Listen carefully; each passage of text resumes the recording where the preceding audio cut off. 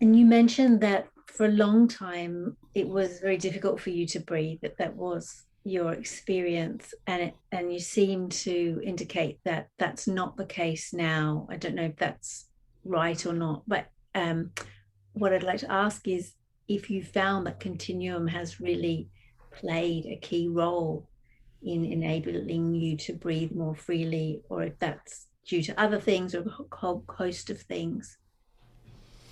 I'm smiling ear to ear because the answer is yes. Yes to all of those things. Um, so all that to say, I think it is important for me to say that breath in my lungs, there is still challenge there. I still have cystic fibrosis. I still am currently doing 6 breathing treatments a day. I'm taking over 65 pills a day to support this body in being able to live its life. So that's still true. But Continuum has absolutely been a place where I have expanded my lung capacity. Continuum, using Continuum and Continuum breath. So I know I mentioned that experience where I was able to breathe through fluid while I was breathing using the lunar breath and felt gills, but also the puffed O. So the puffed O.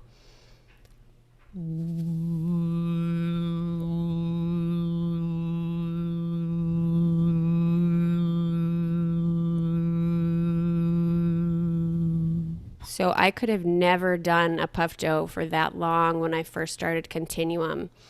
But the puffed O, I name that in particular because that has been a sound and a breath that has been really influential in my ability to expand my breathing capacity, and I've used this breath to work to open my lungs. There was a point where I could not do any other sounding in any other continuum sound until I did a number of puffed O's to open up my chest first.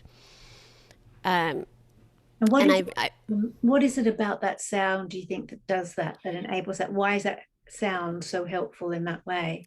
because when you close them out, you're making an O sound and you're puffing up the cheeks as you do that, and it provides some resistance and an opening back up inside the body is my experience. And I'm also, as I'm doing that, particularly if I'm doing it to open my lungs and not exploring with different areas of my body, I'm picturing and I'm feeling into, as I'm getting some of that reverse back kind of pressure in my lungs, I'm picturing that, oh, that resonating inside and spaciousness opening, and opening maybe the places that are a bit stuck inside my lungs or cannot yet open.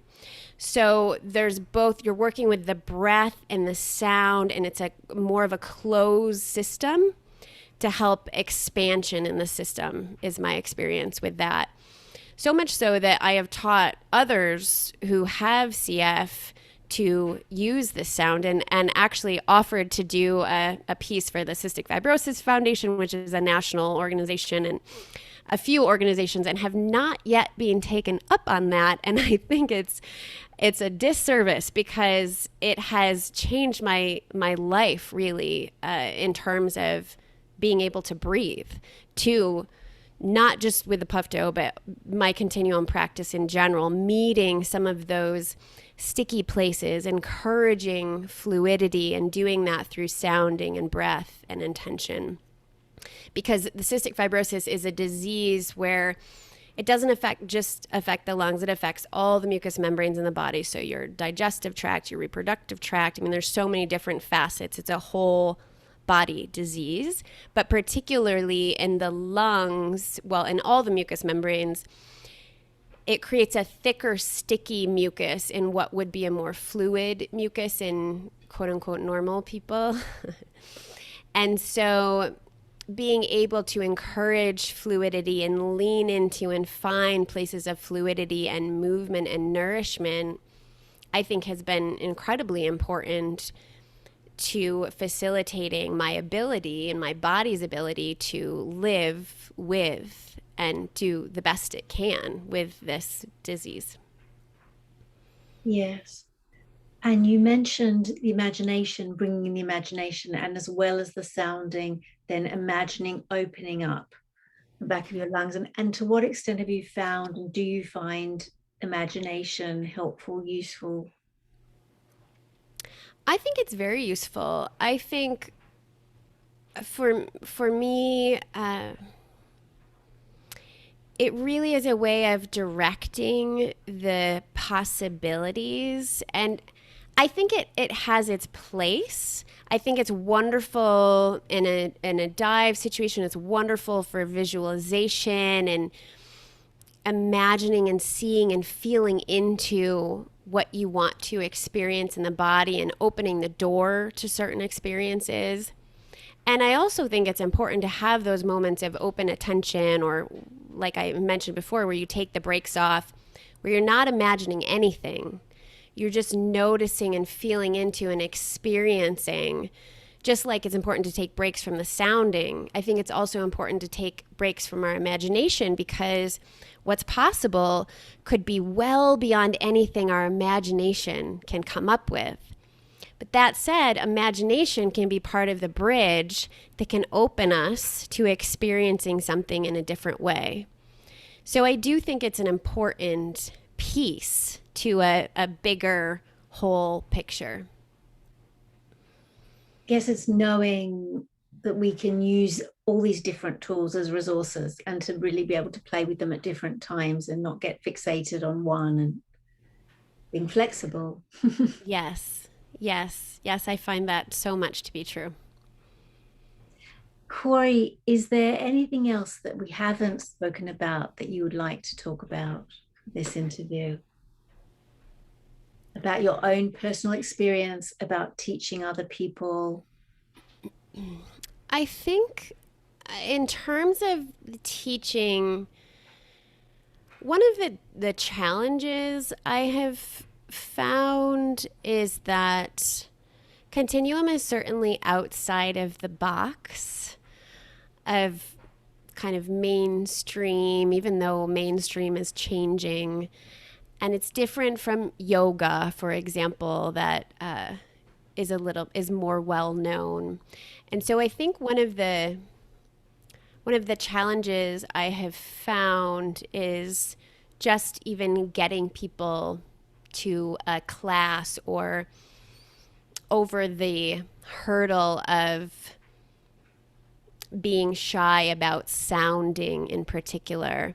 Actually, I taught a whole series on sounding and really looked at, this is probably too long to talk about, but really some intricacies of how we limit ourselves and how we can actually play with sound, and how playing with sound that is nonverbal, that is just for the sake of sounding and being with our voice even in different ways that we don't use it every day, how that can help us then in our lives be able to trust into places of vocalization where we may not have before. And so I think the sounding is such an important and beautiful gift of Continuum. And it's unique, and it also can be some of the hurdle in terms of getting people to try it. But once they do, many times it's very freeing from that for them, and they can become curious beyond their previous hesitation. So that's just one kind of a challenge that I've noticed or been working with, is how to introduce the work to people who may not even know they have an interest to go there yet. But it's a challenge I'm willing to rise to the occasion of, because I think it's important.